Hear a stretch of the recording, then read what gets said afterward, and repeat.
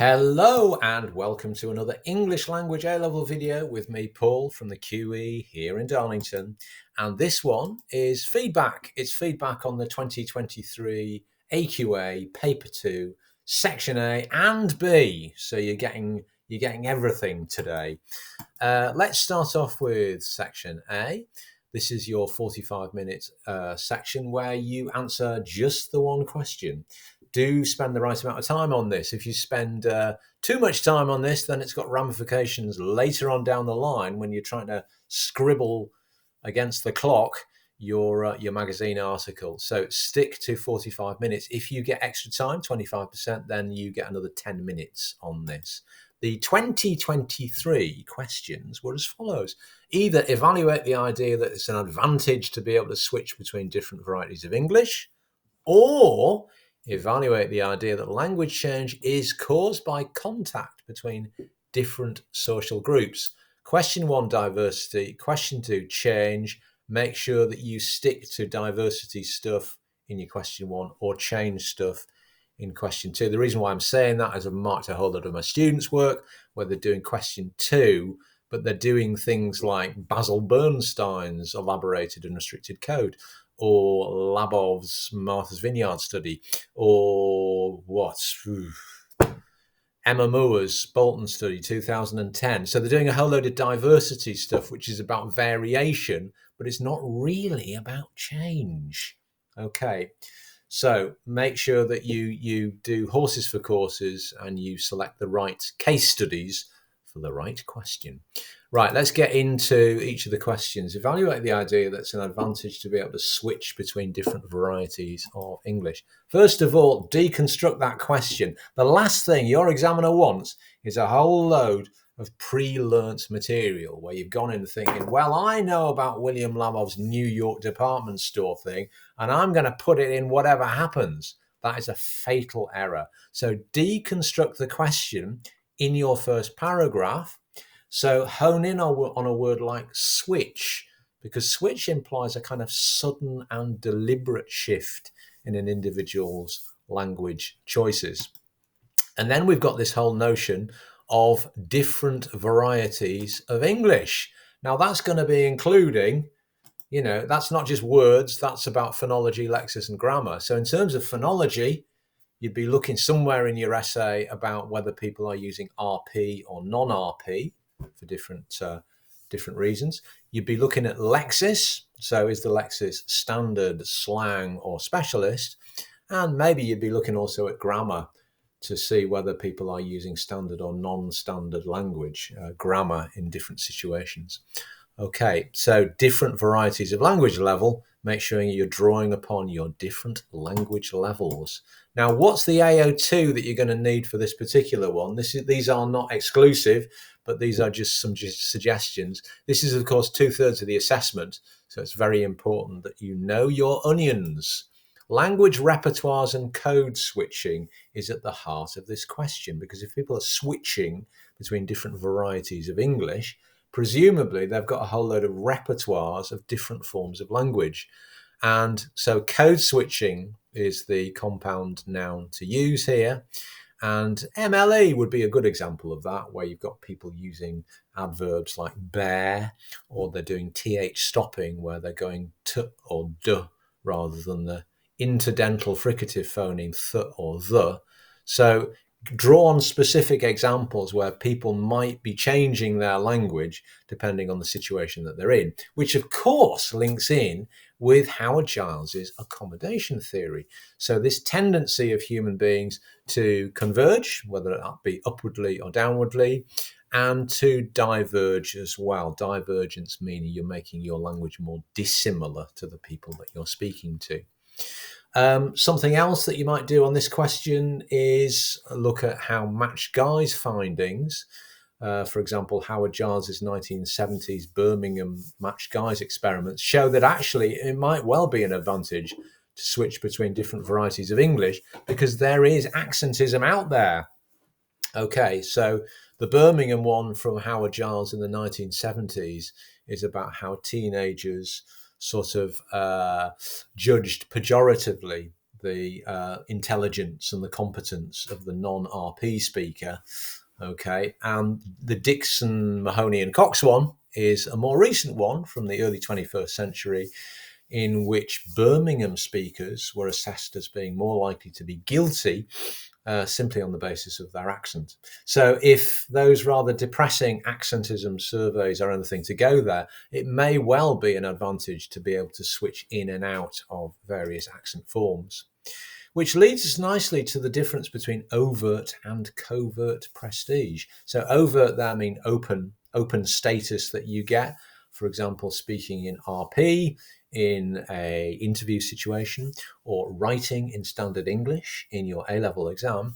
But you may well get covert prestige in other situations, as demonstrated by Jenny Cheshire's 1982 Reading study, in which she found that boys used a lot of non-standard forms like double negatives in order to get a kind of covert prestige. So this is all about people being able to switch between different varieties of English.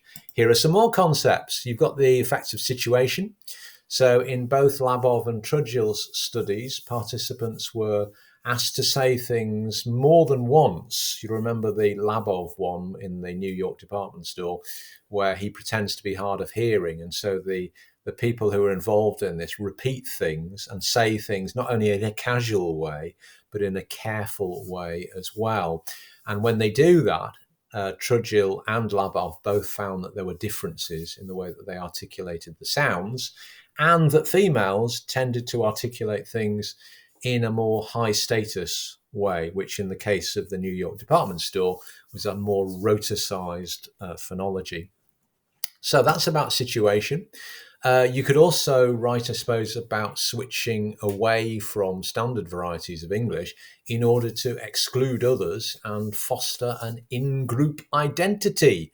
So you could take the historical example of Polari, the homosexual language of the early 20th century, being used in order to show that you are part of a particular group. So that's a good example to do. You've got Cockney rhyming slang as a good historical example, which seems to emerge in the 1840s in Victorian England, perhaps as a way of marking people out from the authorities on the streets of London. And a more recent example would be Gary Ives' Bradford study, in which those Pakistan heritage Punjabi-speaking teenagers seem to be code switching between different varieties of English, depending on the situation. You've also got Labov's Martha's Vineyard study, because that's always a good one to use. Here it's showing that people, in this case, it's the middle-aged Martha's Vineyard people who are using language to signal their allegiance and identity, i.e. they are converging with the fishing people and they are diverging away from the somewhat disliked New York tourists. So again, they are switching between different varieties of English. The board are very keen that you draw not only upon kind of older studies, but more recent ones.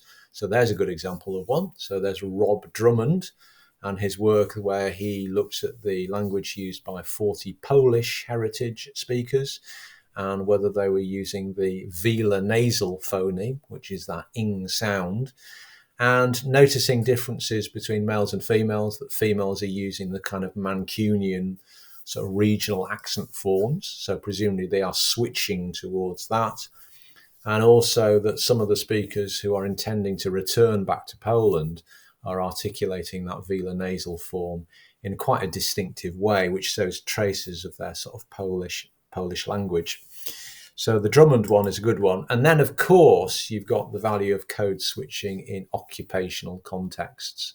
So the ability of people to use technical language, jargon in a kind of exclusive way in order to communicate information precisely and very efficiently, but also maybe to exclude people who are not in the know. So there's tons of really good AO2 that you could use for this particular question. Of course, what you need to do is base your essay around some really good topic sentences. Here are a few examples that I've thrown in. So code switching has benefits for speakers in signaling aspects of identity. Giles's accommodation theory explains how and why people choose to switch between different varieties. Ives' Bradford study shows how language choices vary with the speaker's sense of identity. The ability to code switch is an essential skill in many occupational areas. So, you haven't got ages to write this. You only got 40 minutes to do it.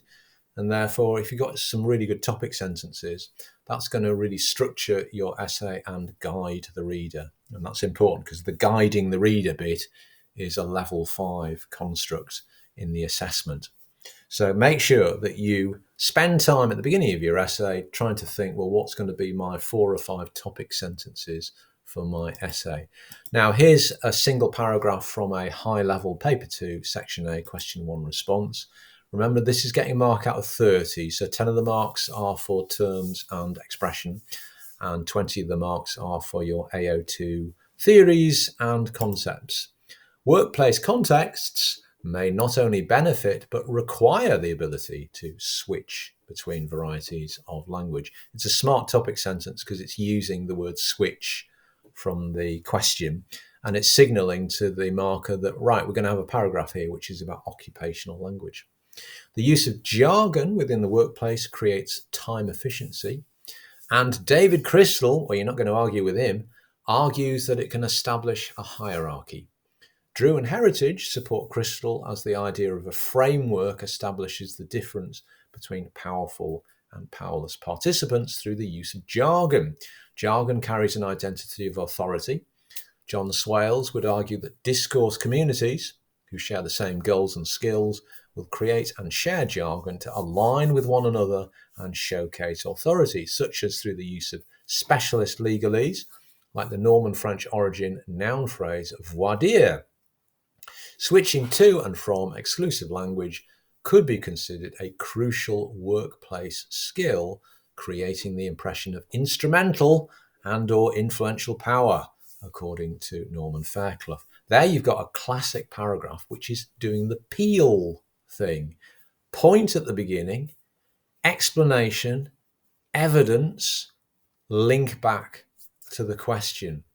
Tons of AO2 theory and concepts. Some of these people are named: David Crystal, Drew and Heritage, John Swales, Norman Fairclough, but it doesn't necessarily have to be named linguists that you're including.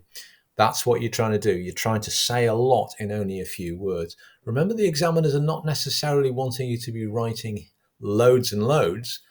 So a really nice, kind of efficient, brisk, concise style like this is very effective. Okay, let's move on to question 2. So this is the language change one. Evaluate the idea that language change is caused by contact between different social groups. So as I said before, step away from the language diversity here. When it says change, it doesn't mean people in a particular instance changing their language for the situation.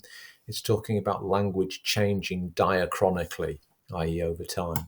So again, you need to deconstruct the question. It's suggesting that language change has a single cause. So presumably you want to question right that from the very off. You'd have to define what on earth is meant by different social groups. So presumably this could include different nationalities, different regional groups, different social classes, different age groups, different interest groups, etc. So it's a very wide thing. And then you've got this word contact. So contact can be for, of course, different purposes. So think of your language change sort of influences on language: trade, colonization, conflict, travel, immigration, to name but a few. So you're deconstructing the question at the beginning. You're picking apart what you think are the crucial words. Now, what's your AO2 that you might use? This is not an exclusive list, by the way, because every student is going to draw upon different AO2 concepts. So you could write about how new technology, like, for example, the development of social media and the internet, has enabled more contact between social groups, and therefore you've got an increased speed of transmission. So take a word like selfie, which is explained in the AQA textbook. That's a really good example of how technology has enabled A drunken Australian blogger in 2002 who appears to have coined through affixing this particular word. And then 9 years later, in 2000 and whatever it was, it becomes the word of the year. So there's a great example of new technology enabling more contact between social groups. You've also got borrowing. So, for example, through colonization, you've got the European settlers arriving in Australia and seeing this animal leaping around and borrowing the word kangaroo from the indigenous languages. So borrowing being used to fill lexical gaps. You've also got the idea of borrowing reflecting the prestige of the social group that's being borrowed from. So the great example of that is in Middle English, the medieval period from 1066 to 1500-ish, where something like 10,000 words are coming into English, according to David Crystal. And so we're getting words from certain semantic fields, like, for example, administration or military or costumes, words like jargon, or words like government or administration. So these are words that are coming into English from Norman French, and they're reflecting the kind of high social prestige of Norman French at that time. Talking about high social prestige, we've got American English as well. So you could mention here about the spread of American English, those forms globally, and taking a specific example, like the spelling of a word like organization with that Z in the medial position. And I know that you said that I said that you should be stepping away from language diversity, but MLE is a good example of something that you could use in both a diversity and change essay, because this is a good example of change, isn't it? How London is dominated by Cockney speakers in the 1970s and 80s. And then in the late 1990s and the early 21st century, we get the emergence of MLE with things like its TH dropping. And it's a multi-ethnolect. So it's one of these repertoires of language which is caused by contact between different social groups. Yet more AO2 concepts. Is it possible? Well, you could go way back in time, couldn't you? And you look at Old English and the arrival of the Vikings speaking that Old Norse, and what that does to the language of Old English, which in this case is the regularization of plural forms.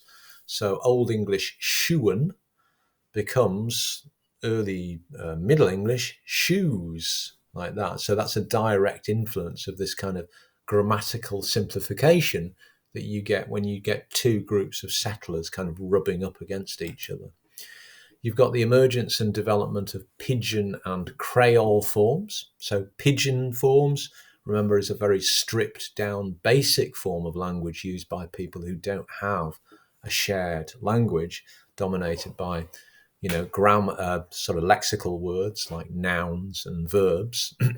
And of course, then the next generations then produce a completely complex form of language, which is as intricate and sophisticated as any other of the 6,000 languages in the world. So this is the creolization of the language. So this is language change that's caused by contact between different social groups. If you studied your international English things, then you might well look at the example of Singlish, Singaporean English, and you might be referencing Schneider's development of post-colonial Englishes. You could mention about Polari, so the development and disappearance of Polari, and therefore it is about language change, as an example of a kind of anti-language, which is, yes, it's about contact between people within one social group, but it's actually being used to exclude other social groups. Jean Acheson's three metaphors are always good to reference, because here they're talking about the prescriptive anxieties that people have about language change. And therefore, the third one, which is about infection, is very much about anxieties, about contact between different social groups. But then, of course, you could say, well, language change, there are lots of other factors that influence language change. So language reform. So people like Bishop Lowth writing their grammar books in the 18th century and therefore reforming the use of language, or more recent examples where we've got politically correct language, which is rearing its head in the 1980s and the 90s. So language reform, or you could say random fluctuation theory. So people like Charles Hockett, who was mentioned in the AQA textbook, who's basically saying that a lot of change is actually completely random and unpredictable. And often what you get is mistakes used. The example is given as in the textbook is of gamer language, where PWNED as an alternative to owned becomes part of the language. So his argument is that just as society is quite unpredictable and strange things happen, like a coronavirus attack in 2020, then obviously language has to reflect those strange occurrences, and therefore it's very difficult to explain why language change happens, etc., etc. So absolutely heaps of AO2 stuff that you could include.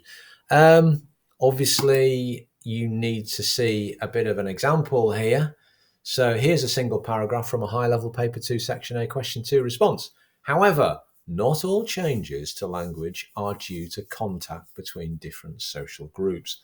Lovely topic sentence, because it shows that you are evaluating the question and you are challenging the question, which is why you've got that contrastive connective right at the beginning. Lexical changes in particular are often due to some kind of social need, reflecting the idea that language is a socio-cultural phenomenon. Advancements in technology have significantly contributed to many instances of language change, even as far back as the 1400s, when the printing press was invented. William Caxton's subsequent introduction of it to England in 1476 then triggered what is called by Haugen as a 4-stage process of standardization. Caxton needed to select a dialect to print his translations that would be understood by as many readers as possible. He ultimately decided to base them on the so-called East Midlands dialect, aimed at a clerk and a noble gentleman. This selection ultimately led to the standardization of English, suggesting that certain significant aspects of language are in some kind of social need rather than contact with others. Again, it's peeling, isn't it? Because it's making its point at the very beginning and it's linking back to it at the end. And again, it's including lots of theories and concepts. There are some named people. Well, there's one named person in terms of William Caxton. No, there's Haugen as well. But there's lots of conceptual knowledge in there. So that's a very strong paragraph answer. Have we done enough about section A? Surely we have. Section B, an hour and 45 minutes. Please restrain yourselves on the first question to spend no more than an hour on it, because you're going to need your 45 minutes on your opinion article. So your question 3, the first thing to do is always deconstruct the context. So the first one, the text A, is an article about the use of the full stop. The article was published on the website The Conservative Woman in 2020. So it's a right-wing implied target audience. It's female. It's a website, and therefore it's subject to change, and it's a recent piece as well. So you may feel that because it's for a largely conservative with a capital C and perhaps with a small c as well, that it may be likely to be quite prescriptive in its opinion. Text B is an article about the use of the full stop. The article was published by Mail Online 2020. So again, this is a right-wing newspaper. And so again, your expectation is that on this tabloid newspaper, rather than a broadsheet, that it may use quite sensationalist language and it may actually be quite prescriptive. So there's your question. Analyse about the language in text A and B, how they're presenting views about changing uses of language. So you're looking at the similarities and the differences, and you're exploring how effectively the texts present their views. Right, what not to do on your question 3. First of all, don't just paraphrase the article's content. The assumption is, because you're an advanced level student, you can read, you can understand the material that's there. So there is absolutely no point in just paraphrasing the article's content. Second thing you mustn't do is write at length about AO2 theory. So the board don't mind a passing reference, say to one of Gene Acheson's 3 metaphors, but they don't want you to be writing a whole paragraph in which you're unloading a whole load of AO2 knowledge, because it's not being assessed in this particular question. So stick to the texts that are in front of your nose. They don't also want you just to write about the beginnings of the articles, because we find that quite a lot of students do so much on the headlines and the bylines and the opening 2 paragraphs that they leave themselves very little time for the rest of the articles, which is a fatal mistake, because often the articles develop and progress in quite interesting ways. And quite often the very overtly prescriptive tone that you get at the beginnings of articles gets somewhat modified as you read through them. So do make sure that you are writing an analysis about the whole of the article and not just the top halves of them. What else shouldn't you do? Quote whole sentences. That's always bad news. So always make sure that when you're quoting, it's individual words or phrases. And if you're saying something about a whole sentence, by all means use ellipses, ... Or conversely, make sure that you're not quoting at all. You don't want to be writing whole paragraphs about an individual text, because comparison is 15 out of the 40 marks. So that would be a bad mistake to make. So what should you do? Well, always make sure that when you're writing about your linguistic features, that you are always linking them into the meanings and the representations. If you just write about linguistic features by themselves, like, for example, you've spotted a whole load of second-person pronouns, that doesn't make much, well, it's fairly pointless, isn't it? I mean, you've got to link the use of a linguistic technique to the intended effect on the audience, its meanings and representations. So that's pretty important. Now, the board want you to be writing about sentences and doing clause level analysis, because if you read the examiner's report, it says that it actually gets you into your top level for AO1 if you do that. So our advice to you is that at some point in your essays, you need to be writing about things like sentence types, whether they're minor, simple, compound, and complex, and linking it in, and this is quite difficult, linking it into the meanings and representations in some way, or looking at the way the sentence uses pre and post modification, or best of all, looking at things like active and passive voice, because the board absolutely love it if you can identify the use of the passive voice, which is often used to mask agency, i.e. it doesn't make it exactly clear who is doing the verb, and therefore you can do some quite interesting effects with the passive voice. I'd also give another shout out for the copular verb, which is usually the verb to be when it's used as a main verb. So English is great is a good example of the copular verb, the is bit there, because this is often used as a rhetorical trick in order to create a sense of certainty. Okay, so make sure in your analysis somewhere you're doing some analysis of sentences. You need to be able to disentangle the different views presented in the articles. It's not going to be just one single view, because often these writers are quoting from other people. Okay, and bear in mind that quoted experts do not necessarily represent the writer's own viewpoints. So there's a job to do there in disentangling the different views that you've got there, and you haven't got just like a single discourse that's going on. Speaking of discourses, place the arguments within prescriptive and descriptive discourses, bearing in mind that this is a cline, it's a continuum. So it's rare that you get texts that are wholly prescriptive or wholly descriptive, and you're going to get them somewhere on a continuum. So make sure that you echo that in your analysis. And in order to access the very highest bounds, make sure that you are doing some evaluation, by which I mean you're comparing the relative success or limitations of the articles in influencing their implied audiences. Because if you can do that, that's evaluative, and that means that you can access the very top marks. Okay, here's an example of a high level question 3 opening. So this is a genuine student's piece of work. Now remember, this is getting a mark out of 40, so this is very high premium. Okay, so you're getting your 10 marks for your linguistic terms and methods. You're getting 15 marks for meanings and representations linked to context, which importantly is about audience, purpose, and genre, but it could also be about wider social context. And then 15 out of your 40 marks are for comparison. So the more lexicon that you can do that's about comparison, showing about similarities and differences, the better, because you'll be nudging your examiner saying, oi, I'm doing me AO4. Both text A and text B express their concern about the declining usage of the punctuation marker, the full stop among young people online, presenting it as a threat to the English language, and use both similar and different discourses to do so. Both texts demonstrate a prescriptive approach to the ideas surrounding punctuation. However, A is notably more prescriptive than B, perhaps reflective of the conservative text producers of both articles.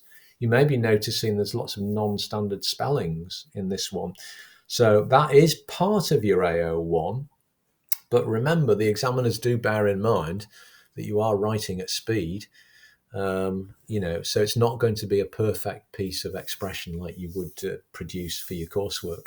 Are you noticing here we've got L3 and L4? So there are 5 levels, and already this one is climbing into the L4, principally for this final sentence, where it points out that both of these texts are prescriptive, but it's also tracing a difference between text A and B. It's saying text is notably more prescriptive than B, and then it's linking it into an aspect of context because it's thinking about the conservative text producers of both articles.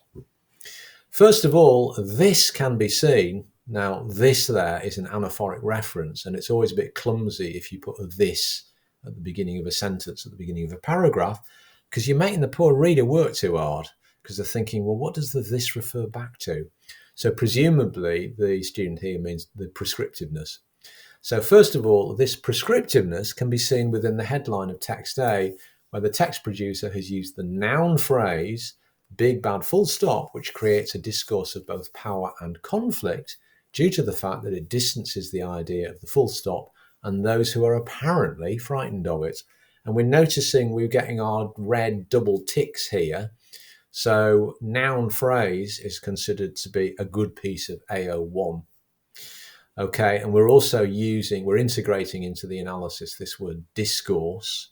So the more that we can thread through into our essay, throughout every paragraph, this word discourse, which basically means a way of discussing things or a kind of semantic field, then that's going to be successful for you for AO3. So use a lot of the word discourse and try and be really precise in your AO1 terminology. Similarly, on the other hand, now that's very confusing. Similarly, text B, on the other hand, uses the passive voice. Wonderful. So there you've got your 2 ticks for the passive voice. Here you've got your quotation, and the student has nailed it because that is the passive voice. And it's not easy for students to identify the passive voice. So it is going to get credited when you're able to do that successfully. Snowflakes are triggered by full stops, which also creates a discourse of conflict through the use of the plural abstract noun snowflakes. If the student had just said noun, that would have been 1 tick. But because they've put plural abstract noun, they've got the double ticks, and therefore they're going to get quite a high mark on their AO1, notwithstanding the non-standard spelling that we're seeing in the student's expression. This abstract noun is commonly used by those if the right wing in order to position those who have a different opinion of them. Semantically, it refers to water that's frozen, but pragmatically, it refers to people who tend to overreact over small things, implying they're sensitive and need to grow up. So this is about semantics and pragmatics. And do you notice here that the marker here has actually put this comment into the top band, L5?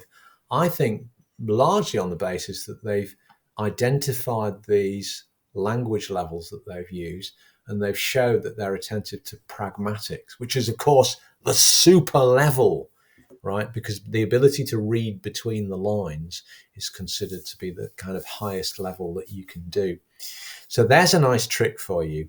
lob in the word pragmatic and pragmatically and semantics, making sure that your examiner can see that you are drawing upon these different language levels. Okay, now can we go on to question 4? This is your article. So you've got your 45 minutes to be writing your article. What not to do in your article? Please don't go all prescriptive, because if there's one thing this course has taught you, is that a descriptive approach to language in which you are non-judgmental and in which you're interested in how and why language is as it is a much better way of approaching language than judging people either negatively or positively about their language. So the worst thing that you can do is just basically echo a lot of the prescriptive viewpoints that you're going to find in the article. Also, don't interpret the task too narrowly. This, in the way that they've set up the task, it didn't say, write an article about the full stop or about punctuation. It was about changing uses of language. And therefore, you can interpret that widely. Yes, you are going to write about punctuation, but you can also include all sorts of other things that you've learned on the course about language change. Don't rely on assertion or abuse as a way of responding to the sources. That's never good. Avoid writing in a kind of generalized, common sense way that could have been written by any kind of cultured person who hasn't studied an A-level course. So instead, show that you are the expert in this situation, even though you're writing in a journalistic way, and you can draw upon specialist AO2 knowledge. Please don't write it in an essay format, because you're going to get marked down quite clearly for that. And please, although you are to refer back to the articles, because what you're showing is the reason why you're writing for your implied reader is because you were so interested in the articles, please don't refer to them as text A and text B, because that's the kind of language that you would use in an essay format. And it would also assume that your implied reader has read these articles, which you shouldn't assume. The other thing that you mustn't do is just introduce concepts or names of linguists without any explanation for the non-specialist reader. So if you just lob in there Joanna Thornborough without glossing in some way, saying, a British sociolinguist by the name of Joanna Thornborough. So it's make sure that you do your glossing. Very important. So, possible concepts for the 2023 Discourses question 4. This is by no means an exclusive list. There are lots and lots of different things from the whole unit of language change that you could put in. But surely somewhere in your article, you'd be wanting to talk about prescriptivism as a concept, with maybe differentiating. Dan Clayton in his article talks about the difference between declinism and sticklerism. So declinism, the idea that things ain't what they used to be and language is going to the dogs. And sticklerism, the idea of rules is rules. So prescriptivism as a concept. Again, you've got the idea of Acheson's metaphors categorizing decay, crumbling castle, laziness, spoon, invasion, infection. Other concepts might include text messaging and the idea that, text messaging is blended mode genre in terms of language. And therefore, what it's doing is it's replicating aspects of speech. And therefore, it would be foolish to be admonishing people for, not using standard English when in fact it's its own genre with its own conventions, which are actually closer to conversational language. You might have referenced back to your language and age knowledge. So de Klerk's research about young people's language challenging linguistic norms. You could have made reference to Claire Wood's Coventry University study, where she challenges people's anxieties about texting, how children's language is being affected negatively, their grammar and spelling. So Claire Wood's study, which is mentioned very briefly in the AQA textbook, is a good one to do. And then, of course, you should be able to draw upon a whole wealth of historical examples. Technology impacting language. So, for example, Caxton's printing press in terms of the lettering. And many of you, I'm sure, I've just marked this, so many of you did do this. You took a word like selfie. So you looked at how this word coinage, which in this case is a bit of affixing, gets disseminated through the internet and social media. Okay, so there's lots and lots of concepts that you could draw upon. Here's a bit of a section from a real student's answer. Now remember, this is getting a mark out of 30, like the section A, and your AO2 mark gets a mark out of 20, and the AO5 mark is for creativity. So this is really your ability to write for genre, audience, and purpose in an appropriate, creative, engaging, interesting way. The greengrocer's apostrophe has also become a running joke among prescriptivists, grammar Nazis, so to say, when policing language use. This stems from the incorrect use of the apostrophe when plural marking, and this phenomenon is particularly prevalent in grocery shops for some unknown reason. Take tomatoes, for example. Whether you're concerned or not, some definitely are, as seen by the self-proclaimed grammar vigilante from Bristol, in an anonymous interview on the BBC, who does God's job by going around amending the sins of grammar. He does this with a giant stick, of which he sticks self-made apostrophes or paint on the end to cover any wrongly used apostrophes. He calls this his apostrophizer.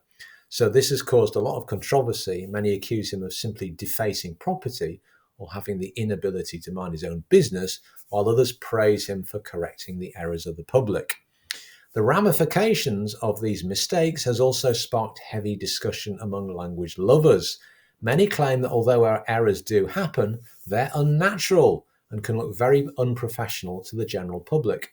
So this was argued by the 15-year-old self-proclaimed grammar pedant who sent ferocious complaint letters to a company, having seen them brand their orange juice as the most tastiest. In case you're not in the know, double superlatives are non-standard in standard English, despite being used quite commonly in vernaculars and dialects of English. Many people probably wouldn't even notice that grammatical disaster is even non-standard. So this student actually got 28 out of 30 in total. And you can see here, there's lots and lots of level 4 stuff happening. You've got the cognitive, you've got the conceptual knowledge about the apostrophizer, and you've got the reference that we've got from the AQA textbook of the 15-year-old who takes on the might of Tesco. But you've also got quite a lot of quite precise AO1, haven't you, where he focuses on the most tastiest. And then, in case you're not in the know, so he's acknowledging that the person reading this is not necessarily a specialist in English language, so it gives you a lot of the detail, like the technical detail on this. So that's a sort of short segment of somebody's answer. Again, you can see that actually in terms of written expression, there is quite a lot of non-standard spelling going on here, but in the board's eyes, you know, there's enough interesting and engaging and varied language going on here to discount that. Okay, so I've taken you through both Section A and Section B of the 2023 Paper 2 exam.